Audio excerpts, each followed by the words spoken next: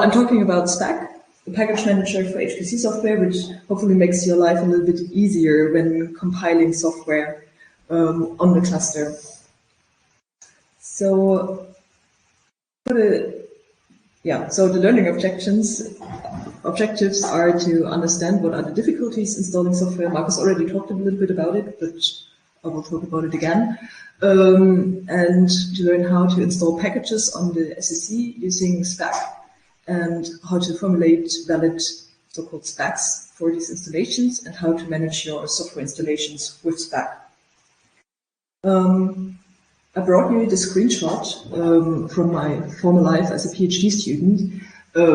Here you see a lot of installations of the same software, which is called GROMAX. And I just wanted to share my struggles with installing software, or the life with installing software on the cluster. You see, it's a lot of versions, and I don't even recall what all these versions were meant to do. So you see, the naming is really inconsistent, and I have some versions that have the underscore test, but I don't know what I actually tested or what the difference between the test versions and the other versions is. So this illustrates how difficult it might be to manage all the software. And you may also ask why I had to install all these different versions. This is due to the common problems with, or not problems, or the challenges when dealing with HPC software. So often you cannot use some precompiled software since you don't have root privileges, and also the software won't work well with the HPC architecture. So it's often required that you compile it yourself.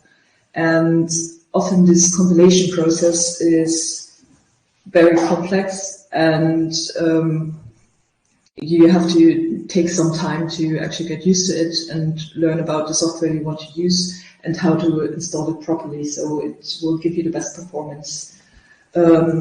Also, I mean, you saw that there are some modules available on the cluster with software that was compiled by the administrators for the users, but it's simply not possible for the administrators to install all the versions users may need, because maintaining such a large software stack is simply impossible.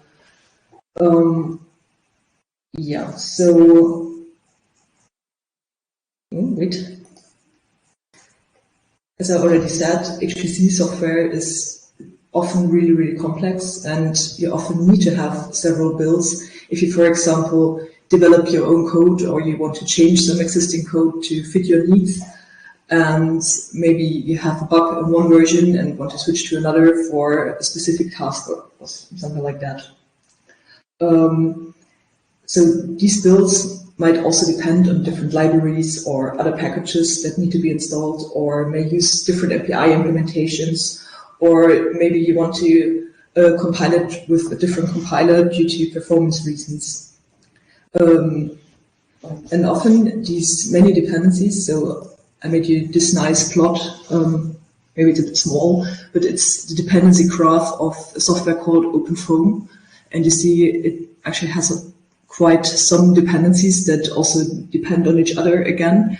And if you changed one of the dependencies already, you would get a different build for your software.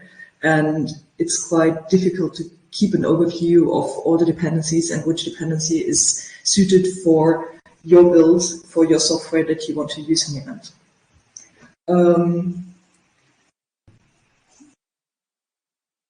Yes, so as I already said, you also often have many compiling options. So, for example, for GROMAX, you could decide to use GPU support or not use GPU support, or you want to use MPI or not MPI. So you always need to know what you want to do and how to compile it the way you want it to work in the end. So, and also many users don't only use one cluster, but several. And they also have to keep track of the different architectures and the different software stacks that are already available, for example. So Spack tries to solve some of the problems that users deal with, but not only users, it's also targeted towards administrators and developers to make their lives easier when compiling the software for the cluster.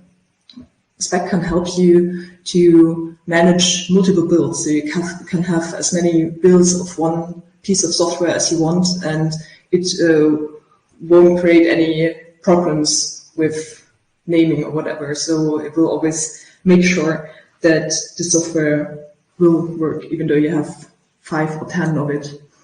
It also takes care of all the dependency relationships and tries to make you think as little as possible about all the dependencies you may have, and try to keep it consistent and help you to decide what you need.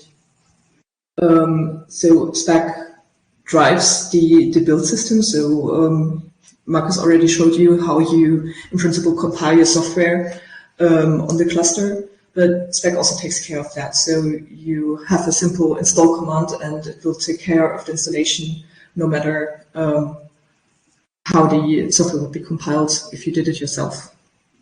So there's a wrapper basically around these building systems. So, and Spack is actually quite simple. It's a bundle of Python scripts basically that handle all these. The software is available through packages, which are also written in Python, and they provide the necessary information on where the software is maintained and how and with which options it needs to be installed or can be installed. Currently, there are almost 6,000 different packages available, and with the ever-growing user base of Spack, it is very likely that this number will increase in the future. Spack is also completely open source. You can find it on GitHub, and you can also contribute. So if you're a developer, for example, and you want that your package or your software is used by many HPC users, you may provide a package there and make it easy for the community to install the software on the cluster. So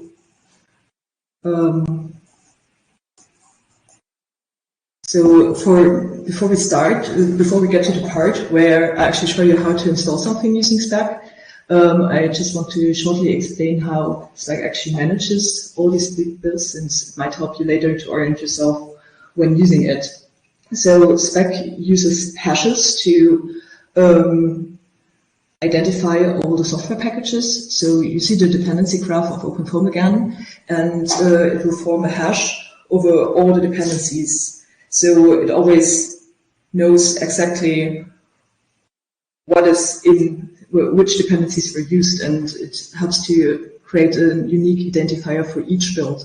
And these hashes work such that if you had 2 builds that are identical, that you would also create the same hash with it. So you could also see that they are identical. And Spack would also know and would tell you that it's also already installed. And Spack uses the rpath and path to ensure that all the dependencies are found. So once you install software, you don't have to think again about loading any dependencies or where the dependencies live, since Spack knows, and Spack will also inform you if you ever try to deinstall any dependency that is maybe needed by another piece of software. So Spack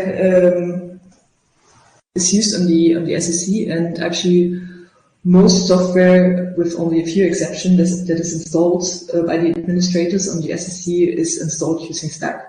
So Marcus already showed you the module system. The software that is installed using Spack is also available as modules, so you can load your software either using Spack or using a module system, for example. That also means that if you use Spack as a user, you can find all the pieces of software that were already installed on the SEC, and you can use it to create your own builds. So if there's already a dependency installed by the administrators, you can use these dependencies and don't have to install them again, or Spack doesn't have to install them again, so they are available system-wide. Spack itself, for the users, is also installed as a module, so you have to load it first before you can use it. And yeah, for the DLR people, this actually works the same also on the Kava cluster. Good. Actually, now I want to walk you through some important commands and show you how an installation is done before you actually do some installations yourself. Because I think learning about Spack is best done by using Spack. So wait, let me share my terminal.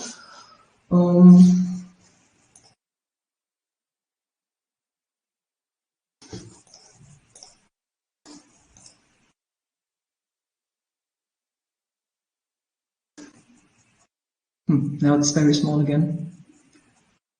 Can you give me feedback whether this is also that small for you? Looks good? You can read it?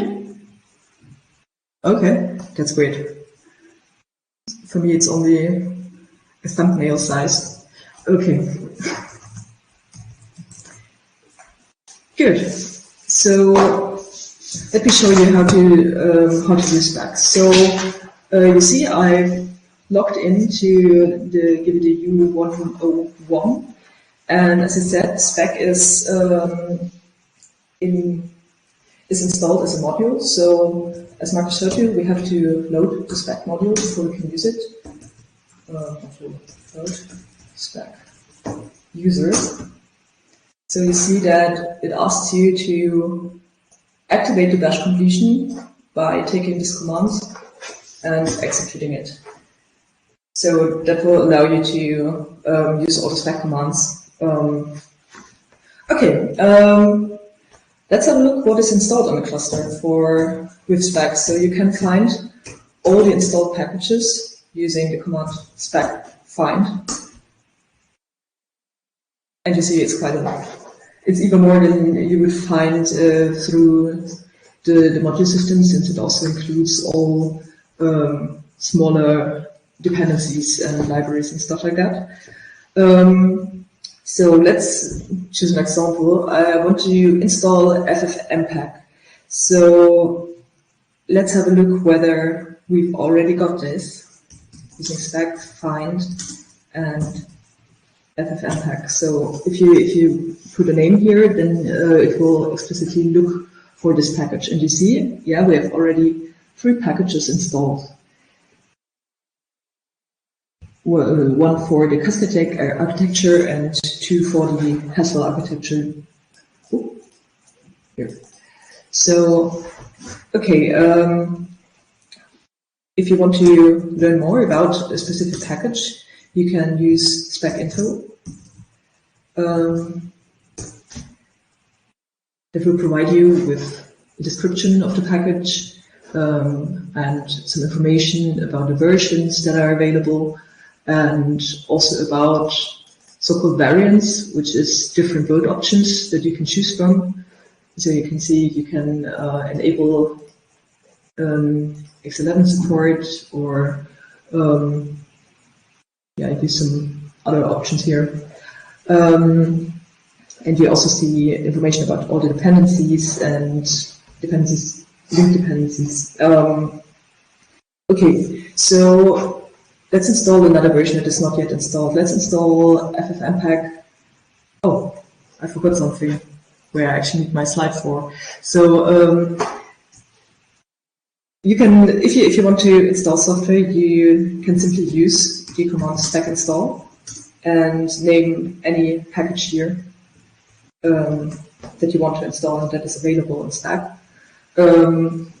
And if you want to specify more about this package, you can use the so-called Spack. So Spack is, I would say, short for specification of the package, and there are different options. I have an overview over that later fully provided, but let's do it here in the terminal, since I don't want to switch back to my presentation now.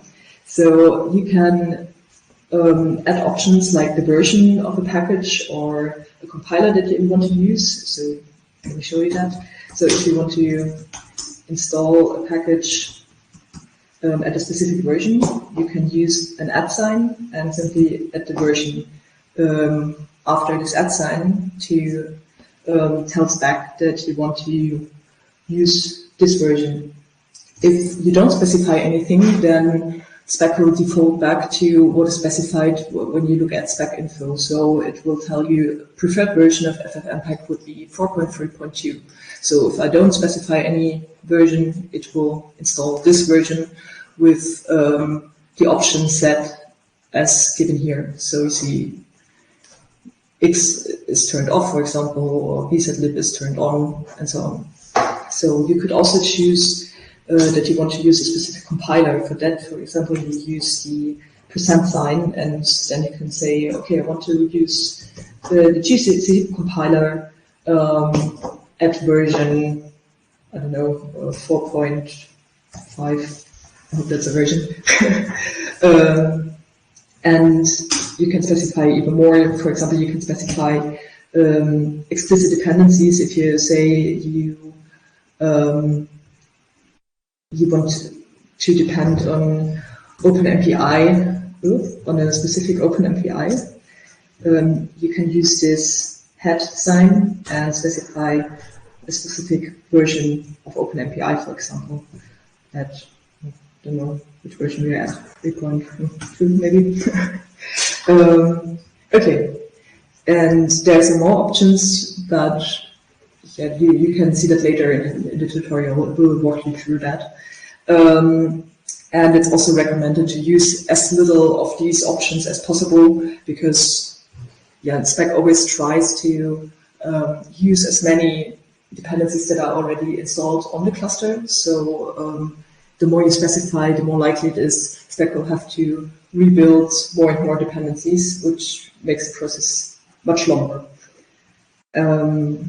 Okay, so now let's install FFmpeg. So if you want to install it, you type Spack install FFmpeg at 4.1.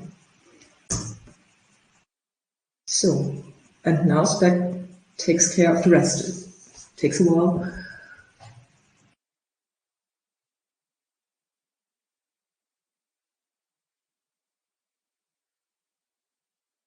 But we should see something soon.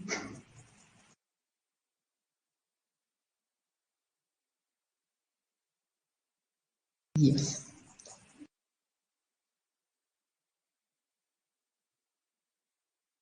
So you can see in the output,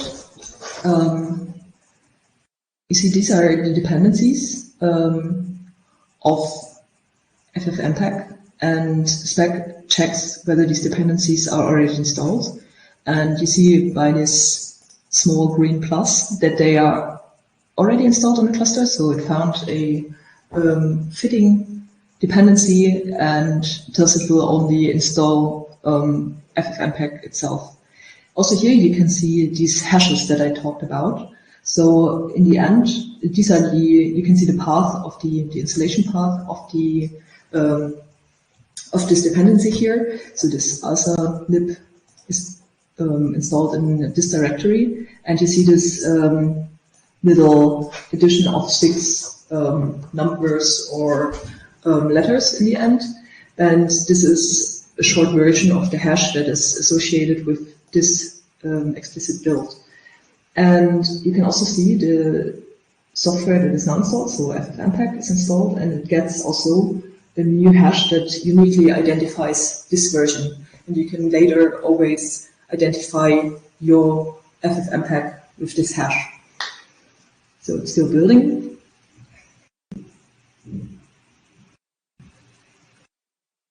But it should finish soon.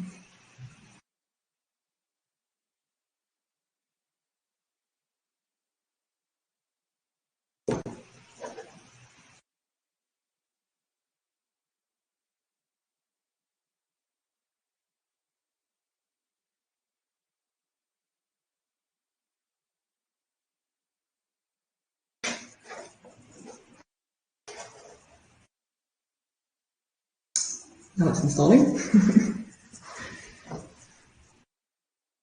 Maybe you already have some questions? Oh, now it's done. But you can still ask questions if you have some. Otherwise, okay, now we're finished installing FFmpeg.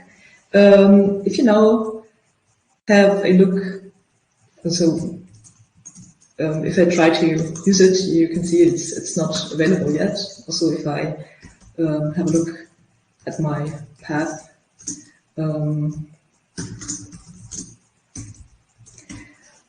you can see it's not there yet. So in Spack, you will also have to Spack load the software in order to use it. So it's similar to the module system. In order to add the software to your path so it can be found, you have to load it. Oh, okay, if you type Spack load, you see we have several packages installed called FFmpeg. We already knew that. So let's figure out which one is ours. It's this one. You can see that by the hash. So you can specify the package also using the hash, and then you're sure you're loading the correct one. So and now, if I look again at my path, you see it's loaded, and now I can find it. So, okay. Oh, there's my slide again. Oh yeah, one of the most important commands I forgot.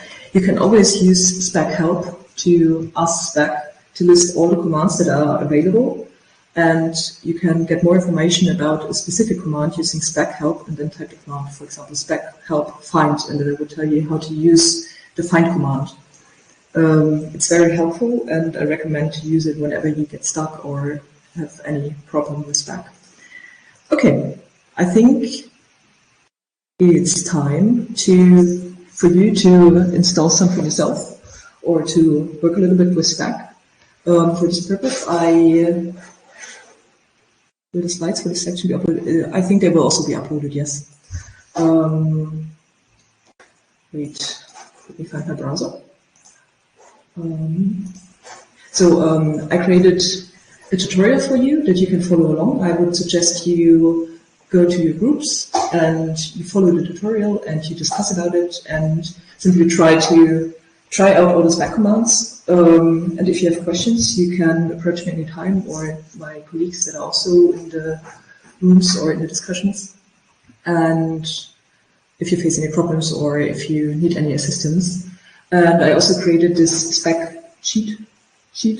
It's misspelled, but you know what I mean. So where you find a list of important commands and again a list of all the options that you can use to specify your software that you want to build, and some useful links as well.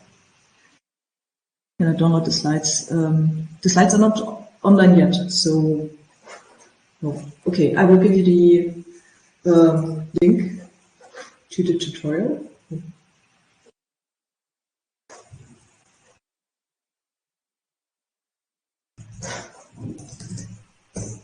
So this is the tutorial link, and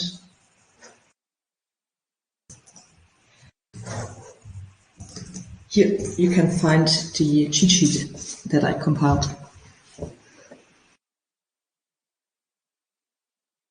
Okay, then the tutorial also contains a little exercise in the end, where you have to formulate your own steps.